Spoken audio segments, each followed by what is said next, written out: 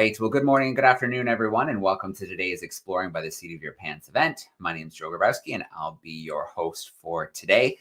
If you've been tuning in this month, you know we're about hitting the halfway point with about 30 to 35 live events for classrooms, connecting them with scientists, explorers, adventurers, and conservationists from all around the world. So do take a few minutes and visit the website, exploringbytheseat.com, to find all the events that are coming up.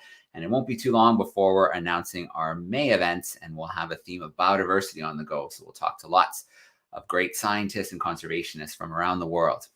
This month, one of our themes has been climate change. So we've been talking to scientists, to researchers, to filmmakers and photographers who are documenting the problem, researching it, and of course, looking for important solutions to how we can mitigate climate change that's happening around the world right now.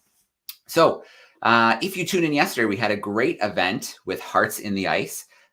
Usually we have the team of Sunniva Sorby and Hilda Strom joining us. Today we will have Sunniva joining us. They are two seasoned polar ambassadors and citizen scientists. They created Hearts in the Ice in 2018 as a platform for social engagement, connecting students, scientists, manufacturers, environmental organizations, and really everyone who cares about the health of our planet, creating a big conversation around climate change and ways we can all be part of the solution. So over the last few years, we've followed their progress. They spent a total of 18 months living in a remote trapper's cabin in Bumsaboo in Svalbard, 140 kilometers from their nearest neighbor. And we had an amazing series of live events, which you can also find on our YouTube channel if you want to catch up on some of those. But since climate change isn't taking a break, neither are they. Since they've returned, they've been traveling to speak at conferences. They've been working on new projects. Citizen science is always close and near and dear to their hearts. But let's bring them in right now. I'm going to bring in Sunniva, joining us from Norway today. Hey, Sunniva, how are you? Hi, Joe. I am doing really well, thanks. And it's really good to see you. This is the most important month in terms of the topic. Absolutely. And long time no see. I feel like it was just yesterday. I know it was just yesterday, actually.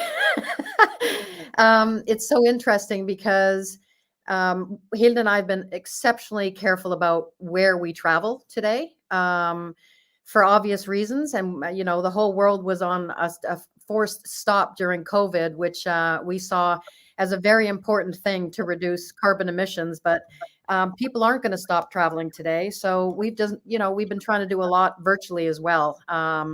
So the things that we have been standing up and speaking for, it's been like COP26. We presented there, and then also at the Arctic Circle Assembly in Iceland. But I'm really happy that you do what you do so that we can bring in exceptional people like Seth Klein today who can talk about things that really matter. I mean, climate change is our biggest issue globally today, and it's fair to say that it requires global solutions, and one person can absolutely make a difference. So, you know, I think that it would be kind of cool since we don't have Hilda with us, and since some people might not even know where we were for actually turned out to be a total of 19 months, we were in the same place.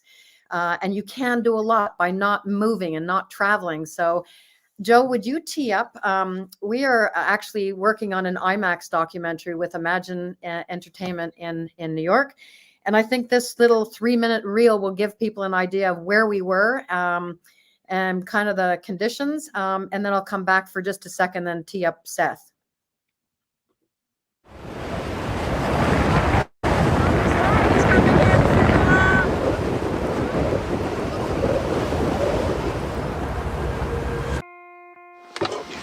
So the question is, what did we give up? What did we forfeit to come here?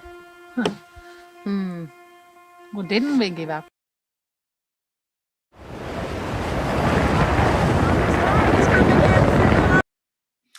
Okay, well, that's unusual. Usually we'll get a nice clean video playing for us. I'm going to just,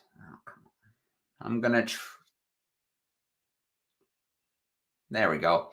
I'm going to try and reload that video. For whatever reason, we were only getting audio and we weren't getting nice video action. So let's try that one more time and see if we can get some nice video action. So just bear with me while I reload it. And let's see what happens now.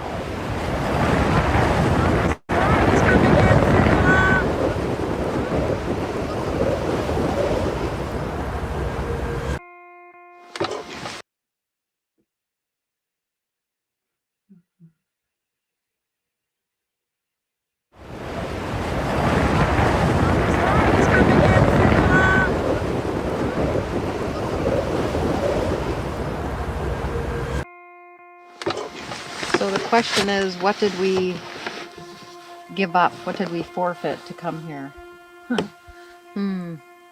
What didn't we give up? Our whole life.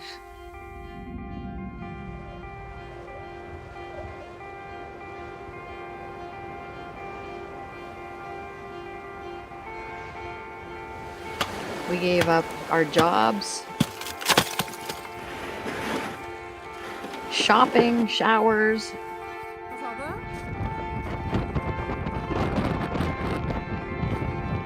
Our family and friends. Make a wish.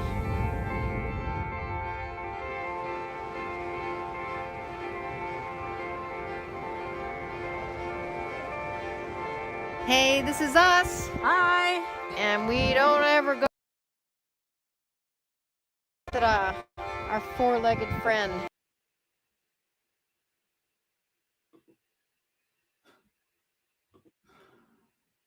All right. Well, unfortunately, it looks like the internet is moving kind of slow today. So I'm going to go to a quick backup plan here. I have the video in a share on my computer. So I'm going to try and play it directly from the share. So I'll share my screen in a different way and see if it likes that share a little bit better. So just bear with me for a second while I open it, because we definitely want to see this. It's a great intro, a great sizzle reel. So let me try and share it this way and see if we get some better cooperation. Okay, here we go.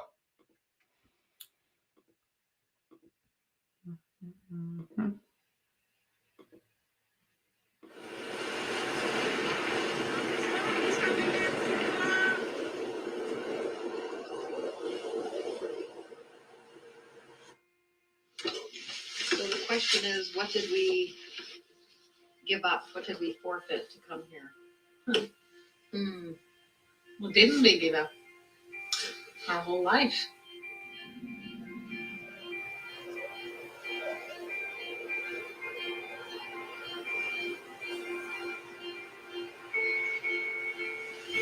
We gave up our jobs, shopping, showers.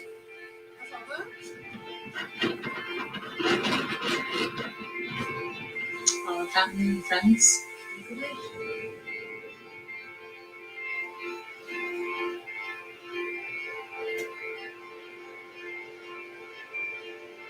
Hey, this is us. Hi. And we don't ever go anywhere without Etra, our four-legged friend.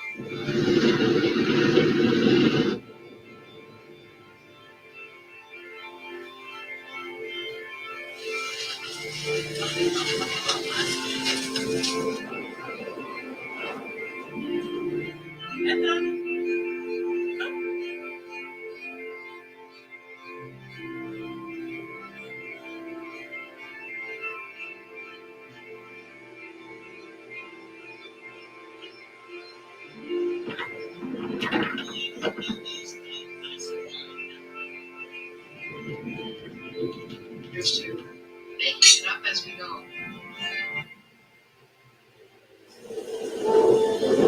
Da var vi inne i brukningstida med Bjørn rundt og veggene sunne.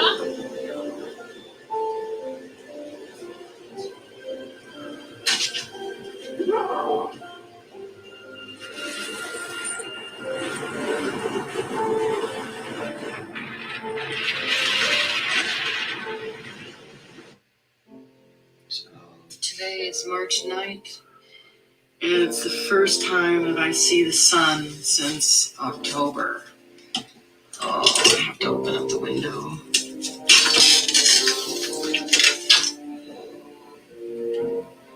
Look at this.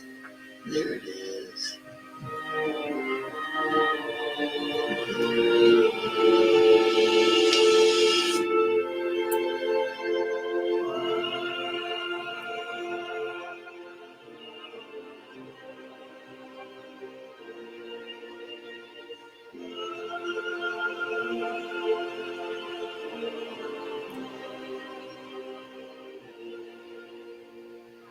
We're out here on a lunch break.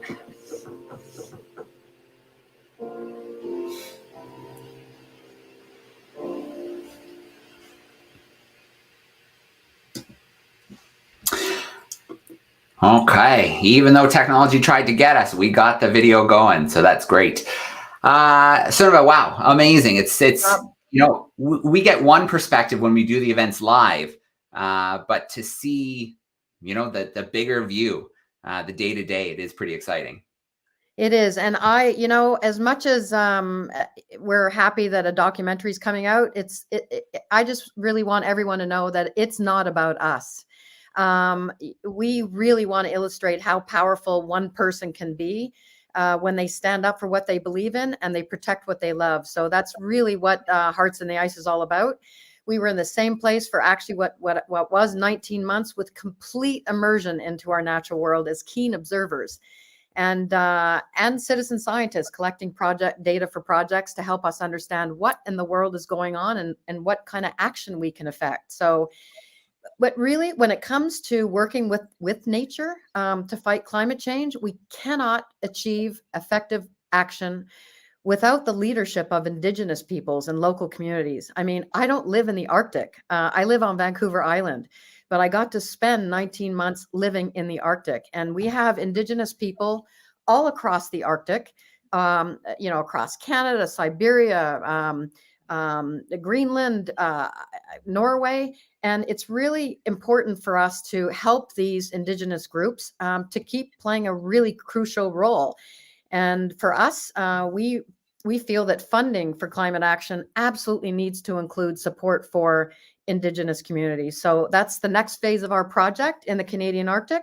But I'm going to stop talking because we have a really important guest today. And I was in Pender Harbor when I came back from Bumsaboo, just having a little time out camping. And I went into a bookstore and I found this book. It's called A Good War. It's Seth's book. And I read it, and it's an absolutely brilliant book. And I missed his presentation, and I'm thrilled that Seth has accepted our invitation to be here today with all of us on the call. So I'm going to hand it over to you, Joe, for a proper introduction. Awesome. Well, Sort of, I will tuck you backstage for now. And as mentioned, Seth Klein is joining us. He is a freelance policy consultant, speaker, researcher, and writer. He's the team lead and director of strategy with the Climate Emergency Unit. Prior to that, he served for 22 years as the founding director of the British Columbia office of the Canadian Centre for Policy Alternatives. So we know he's an author. We saw an image of the book, A Good War, Mobilizing Canada for the Climate Emergency. So let's bring Seth in live with us now. And there we go. We've got Lego Seth joining us. So good to have you here, Seth. Hi, Joe. Hi, everyone. Nice to be with you. It was great to see that video, by the way. You guys are a lot tougher than me, I think. All right. Well, Seth, I know I have a video queued up here that's going to kind of lay the framework for what we're going to talk a little bit about today. I'm going to try to do it right in the call. If that doesn't work, I've got it queued up on YouTube as well. So we're going to get it to play one way or another. Okay. So here we go.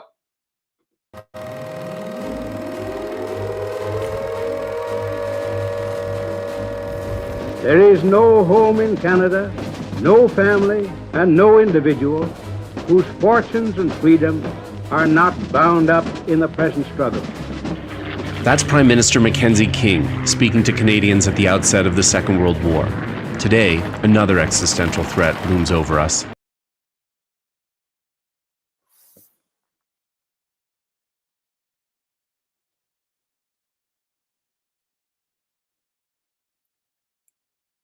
Hi there, Joe. Looks like you lost the video. Okay, so StreamYard is not in the mood to play videos today, so I'm going to switch to our YouTube backup. So I'll tuck you away for a moment, Seth, and I'm going to share it in a different way this time. So here we go. We're just not going to get that nice share like I was hoping for, but that's okay. We can do it from YouTube.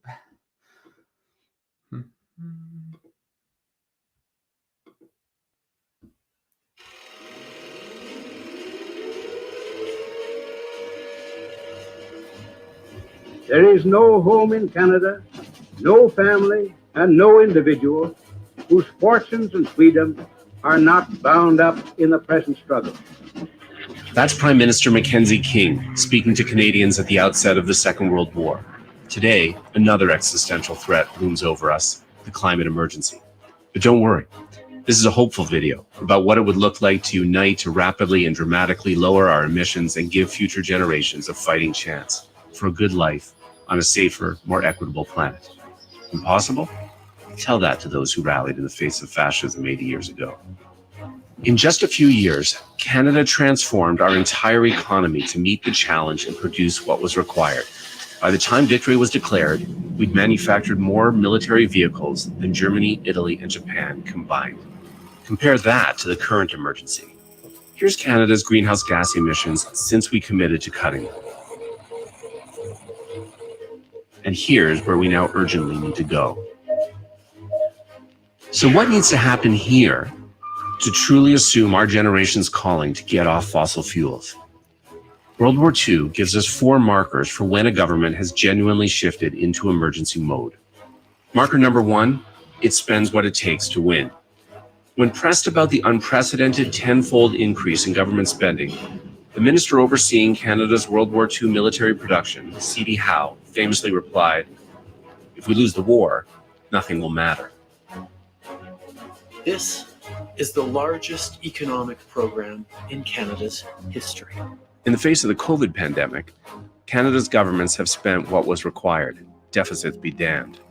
Canada hasn't seen this type of civic mobilization since the Second World War. It turns out, when our governments recognize an emergency, the money is there. But public spending on climate action pales in comparison. That needs to be ramped up, way up. Just like in 1939, when Canada's military started from a base of virtually nothing. The permanent forces in the 30s were pathetically small and ill-equipped. The army had only 4,000 men and 2 tanks. Enter our second marker for taking emergencies seriously. The government creates new economic institutions to get the job done. Once World War II was declared, Canadians pumped out a volume of military equipment that is simply mind-blowing. 800,000 military vehicles, over 700 ships, and 16,000 military aircraft, creating the 4th largest air force in the world at the time. The government established 28 crown corporations, public enterprises purpose-built to meet the task at hand. To get off fossil fuels, we'll need a massive number of heat pumps, solar arrays, wind farms, insulation manufacturers, electric buses, and other sustainable technologies. And we'll need a new generation of public corporations to build and deploy them. Marker number 3, government shift from voluntary policies to mandatory measures. In World War II, the transformation of our economy wasn't voluntary, it was required. But on climate, we encourage change, we incentivize change, we offer rebates, we send price signals. But what we have decidedly not done is require change. By next year, no new buildings should be heated with fossil fuels. We should immediately ban the advertising of fossil fuel vehicles and gas stations, just like we did with cigarettes. And by 2025, it should be illegal to sell new combustion-powered vehicles. Which leads to marker number 4. The government tells the truth about the severity of the crisis and the measures necessary to combat it. I appeal to my fellow Canadians to unite in a national effort to save from destruction all that makes life itself worth living, and to preserve for future generations those liberties and institutions which others have bequeathed to us. The wartime leaders that led us to victory were forthright about the gravity of the crisis, yet still managed to impart hope. Their voices amplified by journalists, artists, and entertainers who knew what side of history they wanted to be on. In the face of the climate emergency, though, we have seen little of this consistency and coherence. Worse yet, our governments send contradictory messages every time they approve new fossil fuel infrastructure. We're on our way to getting 3 new pipeline projects underway, which will help connect Canada's oil patch with energy markets around the world. We need leaders to not just acknowledge the climate emergency, but to speak and act like it's a damn emergency. 4 markers of emergency mode. During the Second World War, the Canadian government hit all of them, big time. But on climate, we're 0 for 4. In the months to come, these veterans must find their places in the life of Canada One last wartime lesson. Every great mobilization comes with a pledge to leave no one behind, that life after the fight will be brighter and more just. A young country on the march needs the energies and devotion of all her fighting men and women. For full employment, jobs all round, is the post-war goal of every government. The climate mobilization must include a jobs guarantee for everyone who wants one, and a just transition for all those whose livelihoods are tied to fossil fuels or who live on the front lines of the climate crisis, as part of an overarching commitment to tackling inequality. That's how we create common purpose. That's how we get everyone on the bus. This is the task of our lives, our generational opportunity to do something grand together. It's time to press our leaders into service. It's time to mobilize for the climate emergency.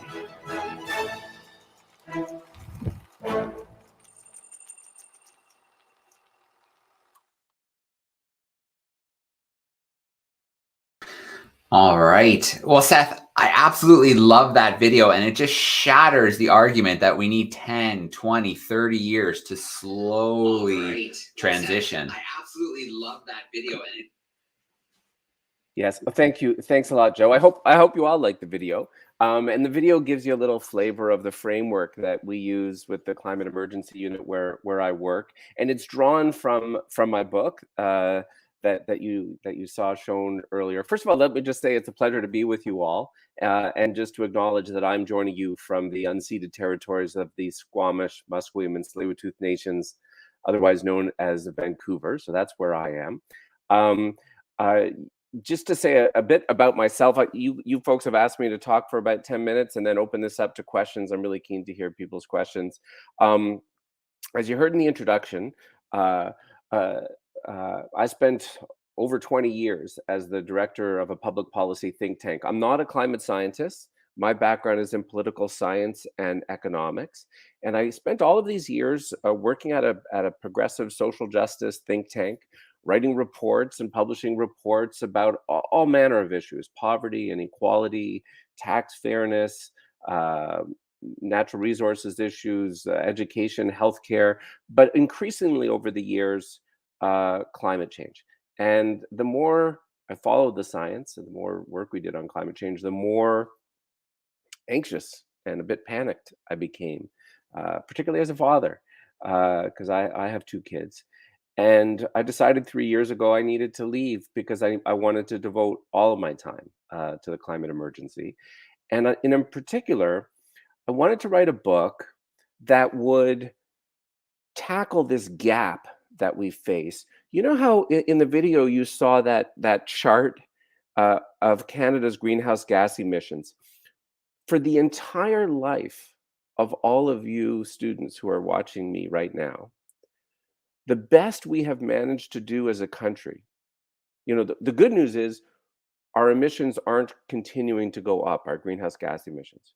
But the best we have managed to do is flatline those emissions at an historic high, continuing to dump greenhouse gas emissions and burning fossil fuels, even though our governments throughout that whole period claimed that they get the reality of climate change and the science of climate change. They signed international agreements committing to lower their emissions. And so there's this disconnect between what the scientists are saying we urgently have to do and what our politics seems prepared to entertain. And I wanted to write a book that would tackle that gap and say, well, what the heck do we do about this? And how can we move our governments into emergency mode? That's what I wanted to do. In the original book outline, though, there was only going to be a single chapter about World War II. And as Joe just alluded to, and as the film shows, the video shows, what intrigued me about that World War II story is that so many of us who are starting to follow the science, who take seriously what the scientists are telling us, we have this doubt in the back of our head, that says we have to transform our whole economy and get off fossil fuels, and we need to do it super fast. Can we really do that? And I thought, it's interesting, this World War II story, because the answer to that question, can we do that, is actually, yeah, we can, because we have. In World War II, we transformed and retooled the entire economy to ramp up all of this military production. Twice, in fact, once to ramp up all of that military production. And then when the war was over 6 years later, we had to reconvert everything back to a peacetime economy. And we did that all in the space of 6 years. So I thought, okay, let's do a chapter about that. But the more I dug into that research, the more I started to see more and more parallels, not just about economic transformation, but parallels around how do you rally the public? How do you get people who disagree politically to come together in common cause? What's the role of young people? What's the role of Indigenous people then and now? What did we do for returning soldiers? And is there a model there for all of the people who currently work in the fossil fuel industry for a just transition for them to transition into other kinds of work? How did we pay for it all then? And how we're going to pay for it all now? And I decided to rewrite the whole book outline and structure the entire book around those lessons from the Second World War. So I think that the book really calls on us to adopt an entirely new approach to the crisis than the one we've pursued to date. The book tries to be forthright and tell the truth about the severity of the crisis, but I've been really gratified as I've been out with the book the last year and a half and giving lots of talks like this, is that people find the book unusually hopeful, notwithstanding how dire the context is. And in that World War II story that I'm drawing on, people are finding this hopeful and helpful reminder that we've done this before. We have mobilized in common cause across class and race and gender to confront an existential threat. And in the process, we surprised ourselves by, as a country, by what we were capable of accomplishing. And I feel like that is the spirit that I'm trying to recapture again in the work that we do that I do with the book and that we do with the Climate Emergency Unit. I give a lot of talks now about the book, and it's been really fun doing that, actually, because this World War II story lets me reach a whole bunch of new audiences and make a little mischief with them. Because even though the World War II story is 80 years old, I know it might seem dull to some of you when you learn about it in a history class at school, but a lot of people have a connection to this story. Maybe they had family members involved, or the organizations they work for have a connection to that story. And so what I find is, whether I'm talking to an audience of business people or labor union people or architects or journalists or farmers, they've all got a connection to this story. And I pull little bits of that story and I say to those audiences, these people who you admire, who did something spectacular 80 years ago in the face of an emergency, well, here we are again in the face of another emergency, another civilizational threat. And who do you want to be this time? And what kind of leader do we each want to be? And that's been fun. And then after the book came out, David Suzuki gave me a home with the David Suzuki Institute to create this Climate Emergency Unit. And I work with a fantastic team of 8 of us across the country who are trying to use these 4 markers that you saw in the video and to create coalition tables provincially, federally, sectorally, like in the arts sector or the farming sector, or health workers, who want to work together to advance these emergency ideas that capture the 4 markers that you see us talk about. Before we open this up to Q&A, though, there's something else I want to say to you as young people. First of all, I just want to acknowledge that this is a scary time. Particularly the last year, it really felt like the climate emergency was becoming, this was our year of reckoning, especially in my province in British Columbia. We had this incredible heat dome event last June that killed 600 people in a week, mostly, vulnerable, isolated seniors. And then we had these incredible forest fires. The entire historic village of Lytton was burned to the ground. In November, we had these incredible floods that caused billions of dollars in damages and made a mess of a number of small towns and forced people out of their homes and drowned hundreds of thousands of farm animals. So the truth is, a lot of us are wrestling with these growing feelings of fear and anxiety as we witness these extreme weather events. We do confront an emergency, and there's no denying that if we fail to act quickly, then over the course of your lives, things get very grim. But for all of you who feel that anxiety, like I do too, I want to offer two reflections, two thoughts from my studies of emergencies, whether it's World War II or the COVID pandemic or the climate crisis.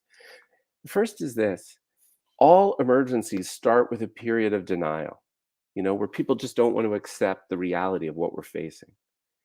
They all start with a period like that. Remember, some of you might even remember 2 years ago when we first started to hear about the pandemic, and we were all kind of in denial, weren't we, about how this thing was about to upend our lives. But my second observation is that then something happens. There's like a magic, some combination of extreme events and leadership, and suddenly things start to galvanize, and our whole population and our leaders shift into emergency mode. And once these emergencies are truly recognized, they transform us. They surprise us. They surprise us by the speed and scale at which we're able to change things, and the speed with which we transform our society, our relationships, our economy. They change our leaders. And things become possible at a speed and scale that few of us would have predicted. I think that time is coming really soon. And you who are all on the cusp of entering adulthood, you're going to live through this extraordinary transformation that's coming. It's going to be wild to witness, and better yet, it's going to be incredible to be a part of it. And when I think about the role of young people, I see so many parallels between that World War II story and the present climate crisis. In both cases, it was countless young people who mobilized in defense of all of us. Right? In the Second World War, Canada was about less than a third the size it is now, population-wise, right? It was about 11 million Canadians. And from those 11 million Canadians, over 1 million of them enlisted to fight in that war. That's remarkable. And you want to know something even more amazing? 64% of them were under the age of 21. They were only a little bit older than you. The good news for today in this crisis is that instead of being called upon to fight and kill people, we're called upon to heal both society and the planet. And just like, similarly, as the world has begun to confront the climate crisis in the last few years, it has been this burgeoning youth leadership and youth-led activism that's changing the terrain, right? I don't know if you remember, but in particular, like with the Fridays for Future global student strikes. And just before the pandemic, so like a year and a half ago, September 2019, there was this youth-led day of action globally and in Canada. There were 1 million Canadians out on the street. It was the largest single day of protest in Canadian history, and it had a big impact on the federal election the next month. It changed the conversation. So I think a lot of young people are giving expression to the emergency. And I want to tell you one last story actually about that before we open this up for your questions. I want to tell you a story about where I live in Vancouver, because a lot of people ask me when they see the 4 markers of emergency, and they say, is there any government that's actually doing that? Well, actually, the city government of Vancouver is doing that. It has a real climate emergency plan. Now, I'm going to tell you a story that I'm a little biased in telling, because my wife is the Vancouver City Councillor who moved the climate emergency motion in January of 2019. That resulted in, it passed unanimously, and it resulted in the city staff had 90 days, 3 months, to develop a whole new plan, a city climate emergency plan that would align with the targets that the scientists and the Intergovernmental Panel on Climate Change are telling us we need to hit. It's a true emergency plan, as I say. Like, for example, in my city, new buildings are no longer allowed to use fossil fuels for space and water heating. Isn't that remarkable? That's what I mean by emergency. But here's the thing I want to tell you. Vancouver City Council politically, they're like all over the map. You know, they got people on the right and the left. They don't agree on on almost anything, and you never know how a vote's going to go with this gang. But those climate emergency motions passed unanimously, meaning everyone voted yes. Amazing. Now, how did that happen? Well, partly it happened, you know, because my wife's really good at her job. But what she would say is it happened because each time one of those votes was happening, dozens of high school students skipped school. Apologies to your teachers. They skipped school. They rallied outside. They spoke in front of council. They filled the galleries and they watched the votes, you know, with their young eyes, watching the councillors while they voted. They basically made it impossible for even the more conservative councillors to vote no. Those young people did that. And I think that's just an illustration of what's possible. All right, I'm going to stop talking and open this up to your questions. All right, let's bring Sunova back in as well. And Seth, I think it's so important. You know, what we see in the news is always the news that sells is kind of the doom and gloom stories. But it's so important that we highlight what we can do. The solutions are there, and we're telling those stories more, and less of the doom and gloom. Even though it gets more eyes, but it doesn't. It's a fine line, eh, Joe? Because I actually feel like you need to do a bit of both. Like on one level, we need to. This is what you heard me say in the video. The leaders we most remember from the Second World War were both forthright about how serious this was, yeah, and imparted hope. You got to do both. Sometimes groups only do the doom and gloom, and that doesn't work. And sometimes people are so hope rah rah rah, it just doesn't feel believable to me. And so I don't want to be naive about that. Like the truth is, I want to say a truth to the young people watching. The truth is, are we going to do what we need to do? We don't know. We live in a very confusing time. But here's again the story I love out of the World War II example. I told you that 1 million Canadians enlisted, 64% of them under the age of 21. You know what? You know what else they didn't know? They didn't know if they would win. And they did it anyway. That's kind of that has to be enough for us now. Yeah, absolutely. Okay, well, let's meet some students. If you're tuning in via YouTube, use the chat and send us in a couple questions there. But for now, we're going to go to Courtney, British Columbia. We've got some 4th and 5th graders hanging out with Miss Hodder. Let me bring them in. There they are. Hey, BC, how we doing? There they are. Hi. Hi. Okay, does anybody have any questions that they wanted to ask? So we're unmuted right now. You can raise your hand. Aaron, you have a question? How much animals have you saved from climate change? How many animals? How many animals from climate change?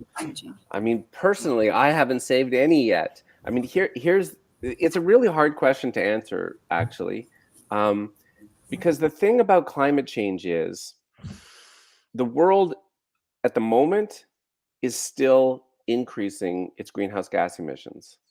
And the urgent thing that we're trying to, like, the temperature is still going up. And that is going to continue to cause a lot of disruption to all kinds of natural systems. And we are, again, I want to try to be honest with you.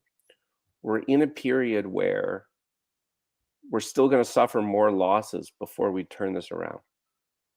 I just want to be blunt about that. On the other hand, every bit of effort we make matters. Every bit of effort that keeps temperature rise from going higher and higher saves more and more animals and ecosystems and us. Because the biggest threat in many ways is actually to the human animal, as well as to a lot of other animals in nature. All right, let's grab another classroom here with us. We're going to go all the way to Nova Scotia now. We've got some 6th graders hanging out with Mr. Williams. Let's get them into the call. Hey, Nova Scotia, how we doing? Oh, God, we're good. I had a question for Seth for my class. We have a room full of 11 and 12-year-olds here, and we're just wondering what advice you could give them on what they can do at that age to help address climate issues. So, first of all, as the story that I ended there with points out, here's the challenge I think we're all facing, no matter what our age. There's the things that we need to change in our own lives and in our own homes. And some of that is a conversation you need to be having with your own parents.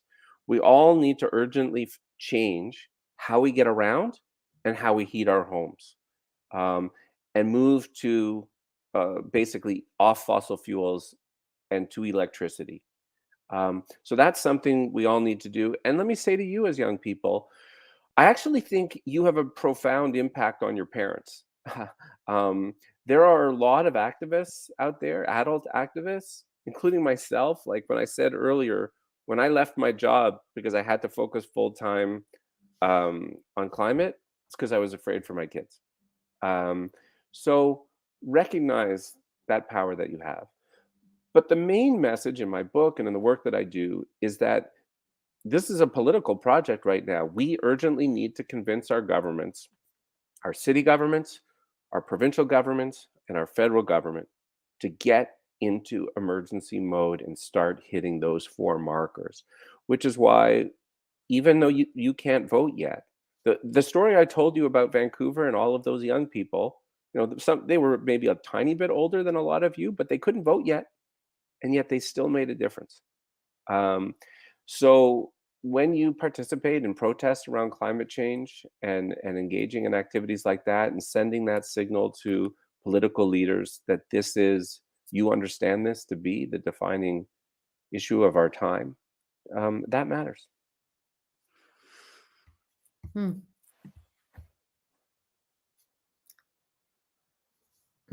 Let me bring you in for a second, Sunava. And, we were talking about citizen science yesterday, and I think that's a great way as well that students can get involved and start working with some projects. And absolutely. And it's funny because Seth, I quit my job 3 years ago too, to start Hearts in the Ice. And it was, I'm not a scientist, but the question Hilda and I asked ourselves is what can we do to be relevant, to help elevate people's awareness around what we're seeing? Because we both have been spending a lot of time with scientists over the years in the polar regions, and we knew too much.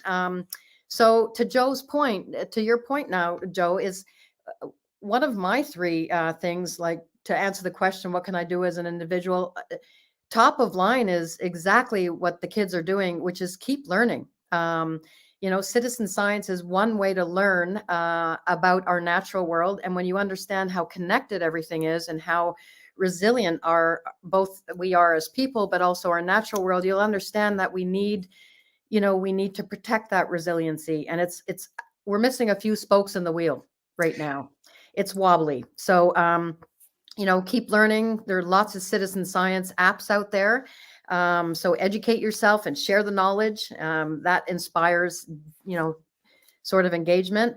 The second thing, and Seth has mentioned this, but join collective action. Movements are really powerful ways, whether it's the Climate Emergency Unit or Hearts in the Ice. I mean, we're just 2 people trying to share the work of the people on the ground that are actually doing the third thing that I want to say, which is learn how to talk about climate change. I'm not 30 years, I'm not 20, I'm not 30, I'm not 40. We won't talk about how old I am, but the point is just educating and engaging others in talking about climate change. It won't make it such a taboo thing, and then you become part of the solution.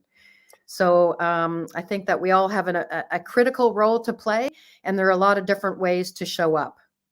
I totally agree with that. And actually, can I just build on that to say, the importance of learning and teaching others. Let me offer this to all of you young people too.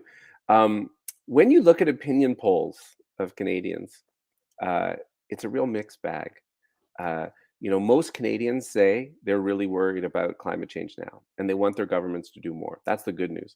The bad news is you would be shocked at how little most grown-ups understand about climate change.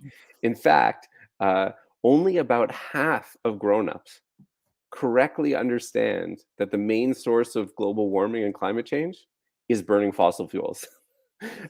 So when you poll Canadians and you say, like, are you worried about climate? Yes. Do you think the government should do more? Yes. Well, what should they do? And they go right to, recycling and plastics, because that's what we've heard for 20 years. So when you understand climate and what actually causes climate and how it relates to what we burn in our cars and what we burn in our homes, you can educate the people around you a lot, and they need it. Well said.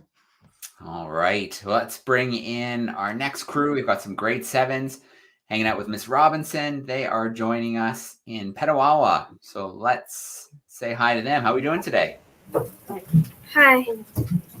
My question is, what country is doing the best for their climate change goal, and why? That is a really good question. So, in fact, it's a really important one. I'm going to share something with you, because when I was mentioning a moment ago, when you poll Canadians, they want their governments to do more, but they also think that Canada is actually a real leader on climate. And I hate to tell you, that's not true. Here's what I want to show you, okay? I'm going to screen share something, if I can call it up. And I had this chart. Yeah. Can you see this? Oh, can you see this? Are you seeing a chart? Are you guys seeing that? Yeah, it's up. Yes. Yep. So this looks back the last 30 years. You see Canada at the top in red. This is greenhouse gas emissions, and Canada and all the other G7 countries, meaning all the other richest countries in the world along with Canada, we're the worst. Every other country in the G7 is doing better than us.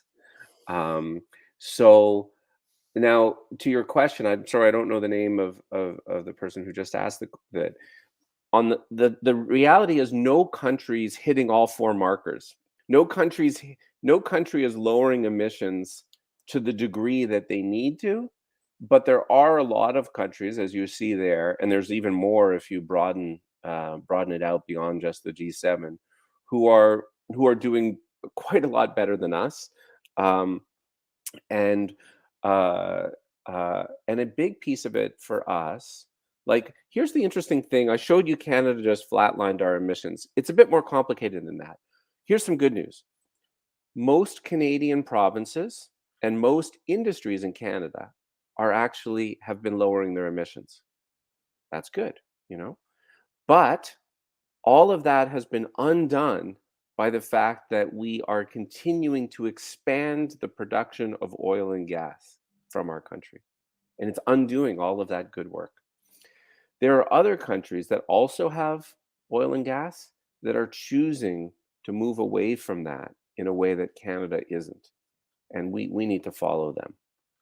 In fact, just this week, Quebec became the first jurisdiction anywhere, the province of Quebec, to pass a law saying it would no longer allow new development of oil and gas. That's fantastic. Mm-hmm. But we're not doing that as a country. All right. So to our camera classrooms, if you do have a follow-up, we have a few minutes, so you can give me a wave towards the camera and I can come back and visit your class. Oh, I do see some waving. So let's swing back to BC. Hi, we had a question. We're out here on Vancouver Island, and we had a big snowfall here yesterday, which is very abnormal in April on Vancouver Island. And the question was if that is related to climate change. Well, Sunit is more of the scientist than I am. I would just say the thing about climate change, often there's this big debate. Should we call it global warming or should we call it climate change? And the reason why most of us call it climate change is because while the overall trend is that the global temperature is rising because we keep trapping these greenhouse gases like a heat trapping blanket, the effect that it has is just to make a lot of our weather wacky and extreme. So sometimes it does manifest in these weird ways, like, you had in Vancouver, we had this weird hailstorm when you got that snow, and these different manifestations that are weird. But I should defer to someone who's more scientifically grounded than me. Well, I can't at all claim to be a scientist, just a keen observer. But I've spoken. I had a call with the mayor of Squamish, Karen Elliott, before I left to come here, and all these seemingly isolated events, until you add them all up, like you're talking about the forest fires wiping out an entire town of Lytton, all the mudslides, all these events. Paint a pretty grim picture, and they're not isolated anymore. So it's hard to say whether or not the snowfall is related to climate change. But to Seth's point, we're seeing that as people, as citizens of planet Earth, we are going to need to expect a lot more of this sort of extreme events happening, and aberrations, and what we might consider to be normal springs or normal winters. It's to be expected. So a lot of communities like Squamish, for example, have put in place infrastructure and more funding to deal with these natural disasters, because our local infrastructure is usually not cut out to deal with mass mobilization around disasters time and time and time again. So it adds up, and I think that we need to pay attention to all those events, even though we all love a snowfall, is to look at the stats and the figures and the big picture that all these events add up to paint. Yeah, absolutely. I can't count the number of times I've heard people say things like, "Oh, well, winter is really cold, so much for global warming," and that's, that can be incredibly frustrating, and really illustrates a lack of understanding of what really is happening. Yeah, and it's a good warning not to, when you're trying to get a handle on what's going on, it's probably best to listen to the 300 of the world's top climate scientists and their reports, and not your uncle commenting on the weather. Yeah, absolutely. Yeah. Go ahead, Joe. I was going to make some point about just our understanding. We've been learning. We know so much. We can learn a lot more if we understand and listen to the Indigenous communities around the world. They are the most important protectors of the world's living carbon, right? As most of the land, I think it's 80% of the world's remaining biodiversity is Indigenous managed. They, for decades, they've been living with and for the land. So we need to put the power back in the hands of those that we haven't given enough voice to. So I just want to share that. That's the next phase of our Canadian Arctic expedition, is to hand over all the citizen science tools and build a big story around what they've been learning for decades and what we learn now with modern science. So, yeah. Seth's device is just ducked out, so we'll see if he can get back in with us. I think he is. But Miss Robinson's crew, we'll let you jump in. I see someone waiting front and center. Do you want to grab the mic for me so we can hear you? There we go. Why is the judgment from most newly developing countries heavily antagonized, even though countries who are already developed have used the same amount of fossil fuels or even more? Okay. Can you guys hear me? Yeah. Yes. Oh, okay. That's funny. I don't know why my camera conked out, and I can't quite figure out how to make it work, but at least you can hear me. Yeah. And I need a repeat of the question. Sorry, I was trying to figure out my camera.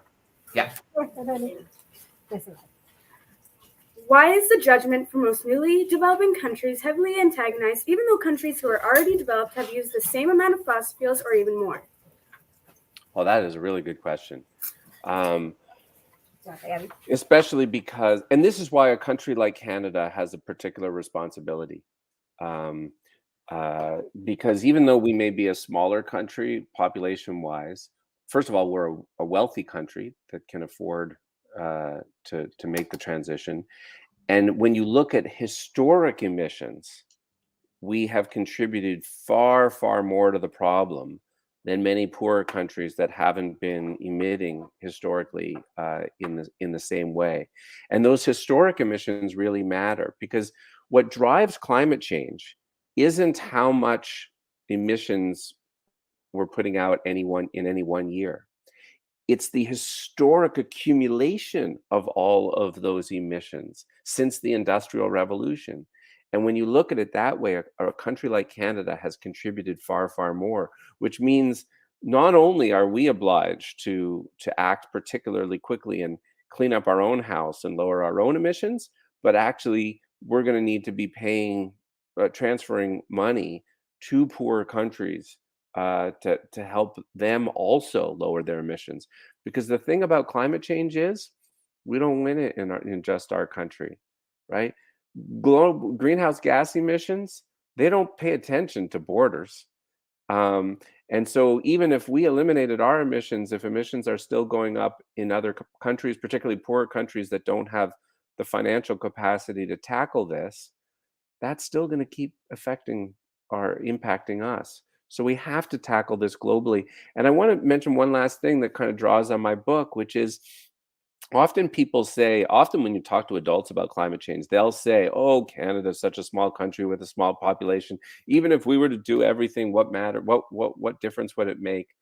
You know, by that logic, Canada never would have participated in the Second World War because we were even smaller then.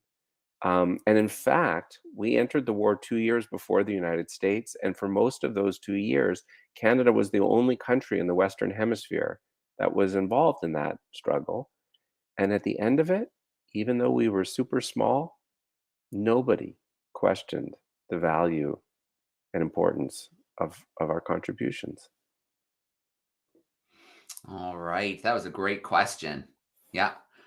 And I just want to check in with our Nova Scotia class. I don't want to leave them out. Did you guys have a follow-up? No, I think we're good, Joe. Thank you very much for the presentation. Yeah, of course. All right. Well, I think, Seth, we lost you on camera, but we can still hear you. I want a huge shout out to the classrooms who joined us, those who are on camera with us, those who are tuning in live via YouTube today. Thank you for those great questions. Sunava, always great to see you. Hopefully next time it'll be you and Hilda together. It's always great to see the team in action. And Seth, thank you so much for the message today. Both things have to come out. We have to share the seriousness of the situation, the direness of it, but we also have to share the hope, the solutions, and draw on those lessons from the past so we can get things done now. Thanks very much for the invitation. It was great to be here. Sorry you can't see me. I have no idea why that happened. You're there. It's good. It was good to be with you all. Thanks so much, Joe. In 2 days, on the 16th, it's Citizen Science Day. So for all of you on the call, time to download an app and get curious about our natural world, and then share that information with your parents and your friends. And that's one way. So thanks so much, Joe, for hosting. And Seth, it was really exceptionally nice for you to spend time with everybody today. Thank you. Thanks. All right. Thanks again, everybody. Have a great long weekend, and we are going to sign off for now.